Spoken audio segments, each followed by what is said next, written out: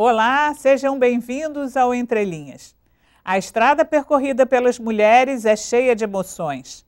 No século XIX e começo do século XX, as mulheres podiam, no máximo, sonhar com o casamento. Hoje, elas estão competindo no mercado de trabalho e podem escolher o seu próprio futuro. Nesse caminho espinhoso, elas deixaram para trás as culpas e os tabus que eram impostos pela sociedade patriarcal e machista. No entanto, na contramão dessas conquistas, muitas continuam sendo vítimas de todo tipo de violência. Para falar sobre esse assunto, eu recebo a presidente do Conselho Municipal dos Direitos da Mulher de São Gonçalo, a assistente social Marisa Chaves. Olá, Marisa, é Olá. Um prazer recebê-la aqui na TV Alerj. Me explica qual é o papel do Conselho Municipal dos Direitos da Mulher de São Gonçalo.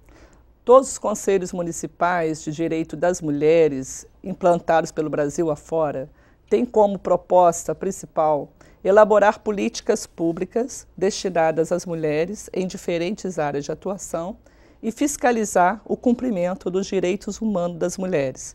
Então, cada município tem autonomia para instituir o seu conselho municipal através de lei aprovada pela Câmara.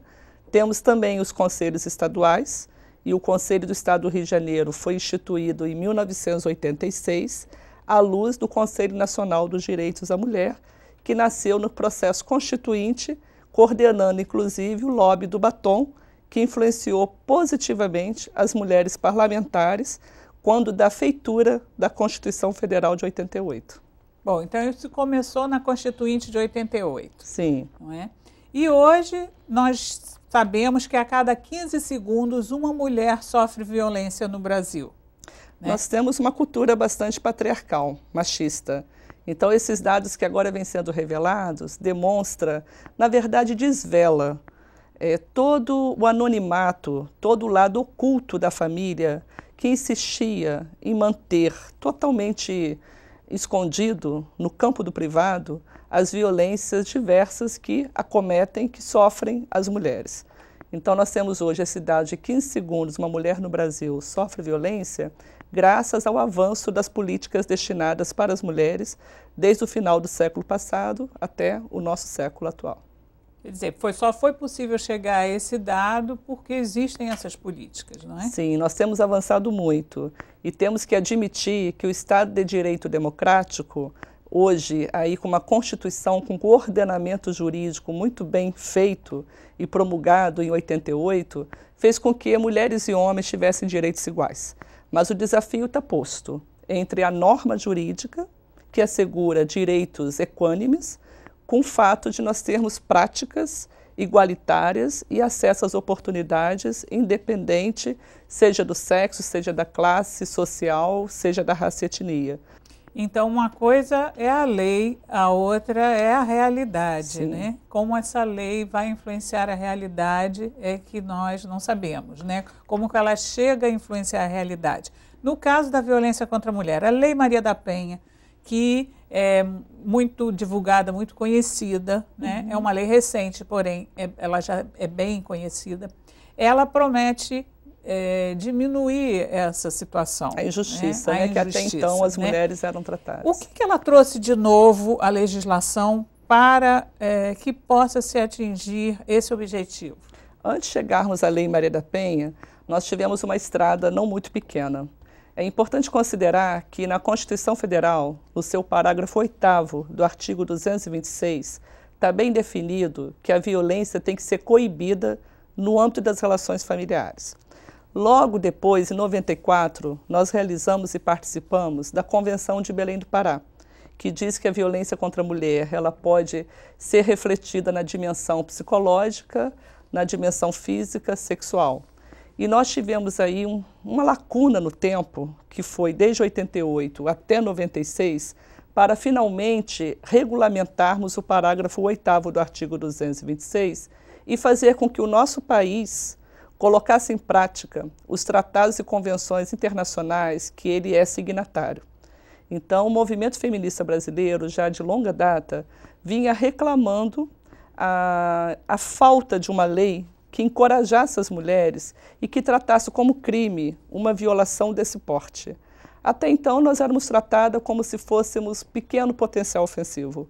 Tanto que a lei que instituiu os juizados especiais cíveis e criminais, em 1995, não foi uma lei que tinha como propósito se dirigir-se à questão da violência contra a mulher.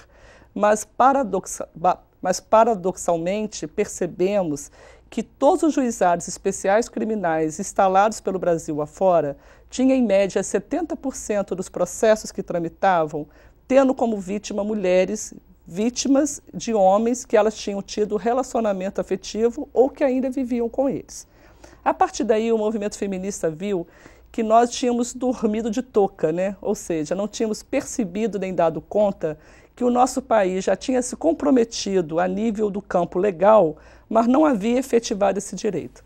Foi então que nós conseguimos, um tempo bastante curto, a aprovação de uma lei que veio regulamentar esses tratados e convenções e veio mostrar para qualquer mulher deste país que não é tolerável, que não é digno viver sob o manto de silêncio da violência praticada por aquele que deveria proteger, que deveria gerar um ninho que fosse de afeto, diálogo, compromissos, e não, na verdade, dormir com o inimigo.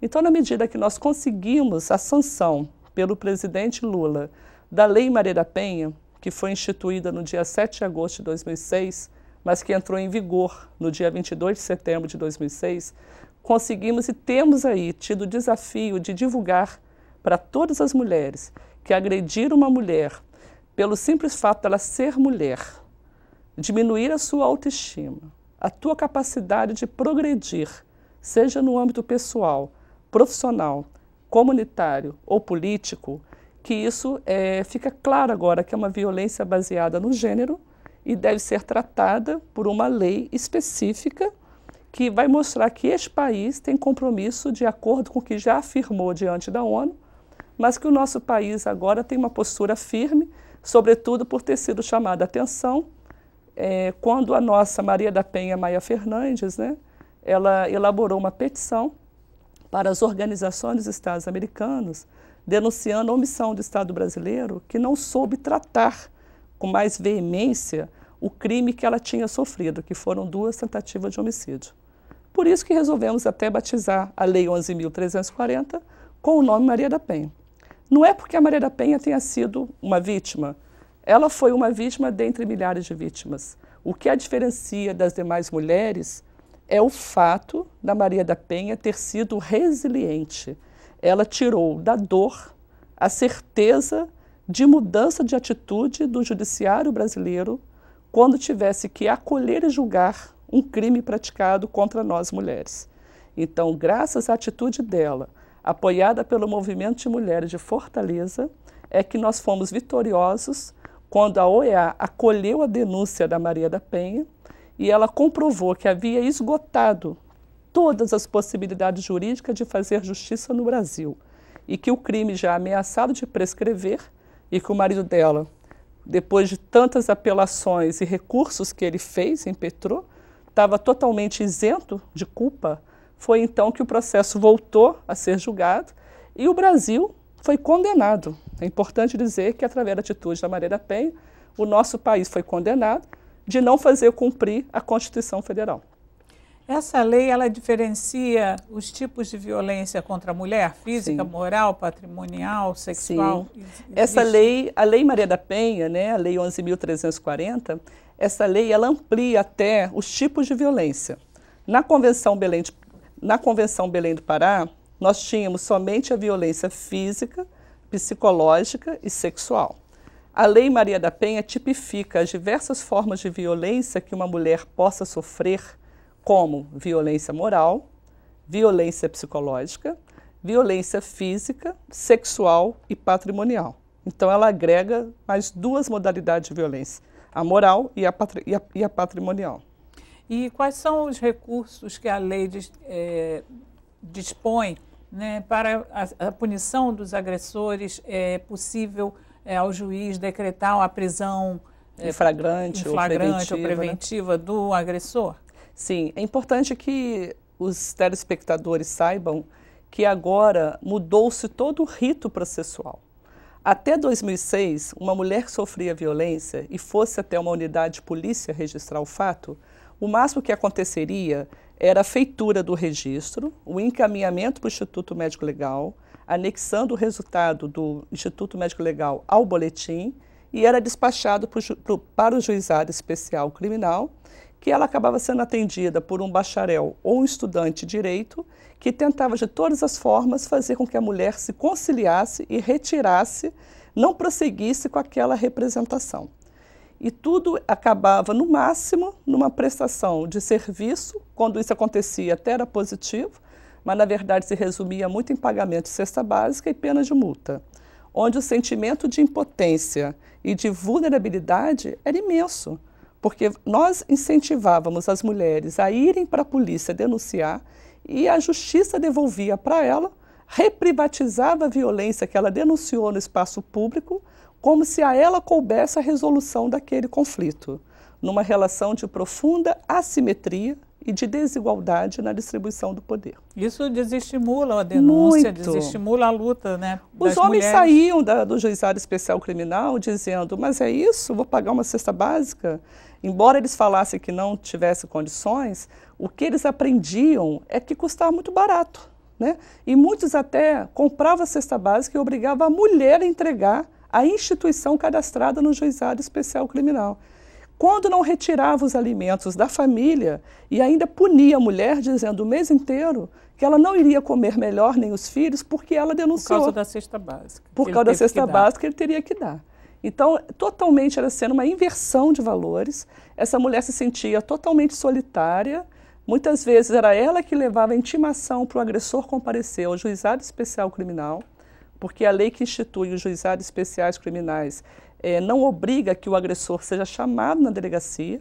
Se ele foi bem qualificado pela vítima, se todos os seus dados foram fornecidos na ocasião da feitura do RO, ele era dispensado de comparecimento à polícia e era chamado no Juizado Especial Criminal, onde a prática da produtividade e do arquivamento dos feitos era a lógica muito estimulada, né, para diminuir o sistema judiciário de processos e também reduzir o encarceramento de pessoas, mas devolvendo para a vítima a resolução de um conflito que ela já disse que era incapaz de resolver.